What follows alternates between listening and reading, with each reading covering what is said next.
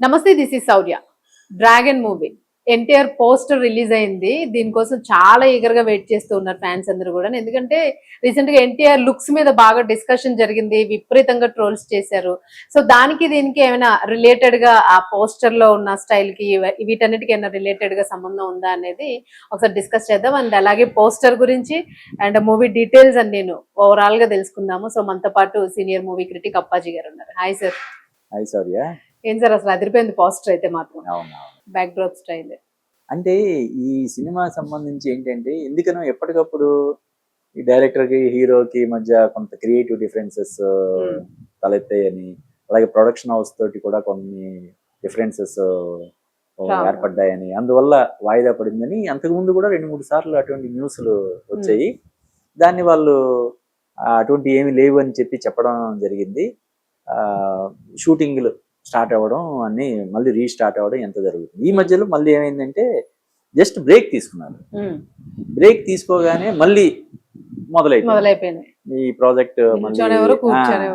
దానికి సమాధానం చెప్పడానికి అన్నట్టు, అంటే దాన్ని ఖండించకుండా, అటువంటిది ఏమీ లేదని ఖండించకుండా సింపుల్ గా ఆ సినిమా నుంచి ఎన్టీఆర్ లుక్ ఒకటి విడుదల చేశారు. వెనక వైపు నుంచి ఉన్న లుక్ అది ఎలా ఉంది చూడు. అసలు చూస్తే దానికోసం అతను ఎంత కష్టపడి ఉంటాడు కదా.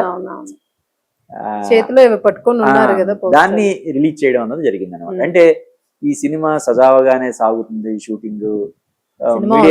మీడియాలోను సోషల్ మీడియాలోను చక్కర్లు కొడుతున్నట్టుగా ఏదో హీరోకి డైరెక్టర్ మధ్య క్రియేటివ్ డిఫరెన్సెస్ కానీ, ప్రొడక్షన్ కి టీమ్ కి వీళ్ళ హీరోకి డైరెక్టర్ మధ్య బడ్జెట్ పరమైనటువంటి ఇష్యూస్ కానీ ఏమీ లేదని చెప్పడం కోసం, లేవురా బాబు అని చెప్పడానికి అన్నట్టుగా చెప్పకుండానే చెప్పినట్టుగా ఆ పోస్టర్ రిలీజ్ చేశారు. అది చాలా ఎక్స్ట్రాడినరీగా ఉంది. అంటే సినిమా మీద ఇప్పటికే ఉన్నటువంటి అంచనాలు పెరిగేలాగా, ఏదైతే చిన్న చిన్న డిసప్పాయింట్మెంట్, ఎందుకు ఇది 1-2 సార్లు ఇలా డిలే జరుగుతుంది అంటే, యాక్చువల్ గా సమ్మర్ లో రిలీజ్ చేద్దామని అనుకున్నారు ఆ సినిమా.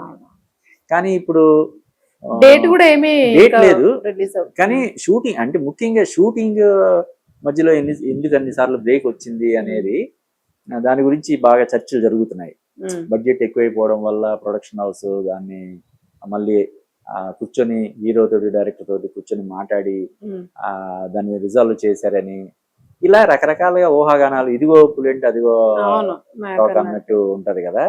అలాగా జరుగుతున్నటువంటి నేపథ్యంలో ఇప్పుడు ఈ పోస్టర్ కూడా రిలీజ్ చేయడం, దానికి ఎక్స్ట్రాడినరీ రెస్పాన్స్ వస్తుండడం మనం చూస్తున్నాం. దీనికి తోడు ఇప్పుడు లేటెస్ట్ అప్డేట్ ఏంటంటే, ఈ సినిమాలో బాలీవుడ్ రైజింగ్ స్టార్ అయినటువంటి షాహిద్ కపూర్, అంటే మన అర్జున్ రెడ్డి సినిమాని హిందీలో రీమేక్ చేశారు కబీర్ సింగ్. సో ఆ సినిమాతో దాదాపుగా 300 కోట్ల పైగా అప్పట్లోనే కలెక్ట్ చేసినటువంటి హీరో షాహిద్ కపూర్. ఆ షాహిద్ కపూర్ ఇందులో విలన్ గా చేస్తున్నాడని చెప్పి ఒక లేటెస్ట్ అప్డేట్ మనకు వస్తా ఉందన్నమాట. అంటే ఈ సినిమాని కేవలం తెలుగు, కన్నడ, మన రీజనల్ లాంగ్వేజ్ లోనే కాకుండా పాన్ ఇండియా రేంజ్ లో దీన్ని తెరకెక్కిస్తున్న విషయం మనకి తెలుసు. అంటే ఇంకా టైటిల్ కూడా అఫీషియల్ గా అనౌన్స్ చేయలేదు, కానీ డ్రాగన్ అనే టైటిల్ అయితే అన్అఫీషియల్ గా ఇది అవుతుంది. అంటే సార్ ఇది ఏ కైండ్ ఆఫ్ ఓరియంట్ మూవీ అని అనుకోవచ్చు మనం సబ్జెక్ట్ వైజ్? అంటే ఇంతకు ముందు ప్రశాంత్ తీసినటువంటి కేజీఎఫ్, సలార్, ఆ సినిమా ఆ టైపు ఇది ఉంటూనే ఎన్టీఆర్ ని కొత్తగా చూపించడం, ఆవిష్కరించే ఇది అని మనకు తెలుస్తుంది. పైగా అతను కూడా కేజీఎఫ్ 1, 2, సలారు ఒకే తరహా సినిమాలు అయిపోవడం వల్ల ఈ సినిమాతో కొంత ఇది మార్చి, రూట్ మార్చి హిట్ కొట్టాలని ప్రశాంత్ నీల్ చూస్తున్నాడని చెప్పి మనకి తెలుస్తుంది. కాబట్టి ఇది సంథింగ్ డిఫరెంట్ గా ఉండేలాగా ప్లాన్ చేస్తున్నారు. అందుకనే ఇది ఎక్కువ శాతం విదేశాల్లో కూడా షూటింగ్ చేస్తున్నారు. సో ఆ నేపథ్యంలో ఇప్పుడు ఏంటంటే, ఇది పెద్ద హీరోతో సినిమా, చాలా పెద్ద కాంబినేషన్ ఉంటుంది. అటు బాలీవుడ్ నుంచి, తమిళ నుంచి, మలయాళం నుంచి, కన్నడ నుంచి, అందరి నుంచి ఆర్టిస్ట్ని తీసుకుంటారు. వీళ్ళందరి డేట్స్ ఒక్కసారి డిస్టర్బ్ అయిందంటే దాన్ని మళ్ళీ సెట్ చేసుకోవడానికి చాలా టైం పట్టేస్తుంది. అందువల్ల ఎప్పుడైనా పోస్ట్ పోన్ అయితే ఇలా టక్కన ఇలాగా ఇటువంటి పుకార్లు వచ్చేస్తున్నాయి, సినిమా మళ్ళీ ఆగిందంట అని చెప్పి. దాంతో వాళ్ళు ఎప్పటికప్పుడు అప్డేట్స్ అవి రిలీజ్ చేయాల్సినటువంటి ఇది అవసరం వస్తుంది. వచ్చింది. అవును. ఎప్పుడు రిలీజ్ డేట్ మీద కూడా వాళ్ళు త్వరలోనే ఒక స్పష్టత ఇచ్చే అవకాశం ఉందని చెప్పొచ్చు. Okay okay. తర్వాత అంటే మన ఎక్స్పెక్టేషన్ హీరోయిన్స్ ఎవరై ఉండొచ్చు అని అది అదే ముందు అనౌన్స్ చేశారు కదా సినిమా సెట్స్ కి వెళ్ళడానికి ముందే. అందులో ఏం చేంజెస్ లేవు. రుక్మిణి అని అమ్మాయిని మొన్న కాంతారా 2 లో చేసింది, అవునవును, కాంతారా అవునవును. ప్రీక్వెల్ లో ఉమ్, ఉమ్. చేసింది. తర్వాత సప్తసాగరాలు దాటని అవును. ఆ సినిమాలో చేసిన బాగుంటది అమ్మాయి అమ్మాయి. ఇందులో. అయితే ఆ అమ్మాయితో పాటు డెఫినెట్ గా ఏదైనా ఇంకొక ఐటమ్ సాంగ్ లేకపోతే ఏదో ఒకటి ఇంకోటి ఏదో ఉండే అవకాశం ఉంటది.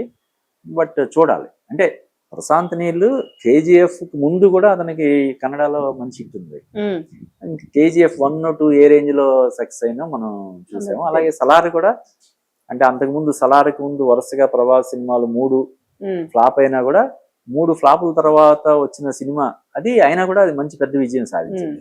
ఇప్పుడు బాహుబలి తర్వాత అతనికి సాహో, ఆది పురుషు, రాధేశ్యామ్ 3 సినిమాలు కూడా బాగా డిసప్పాయింట్ చేశాయి. అవును.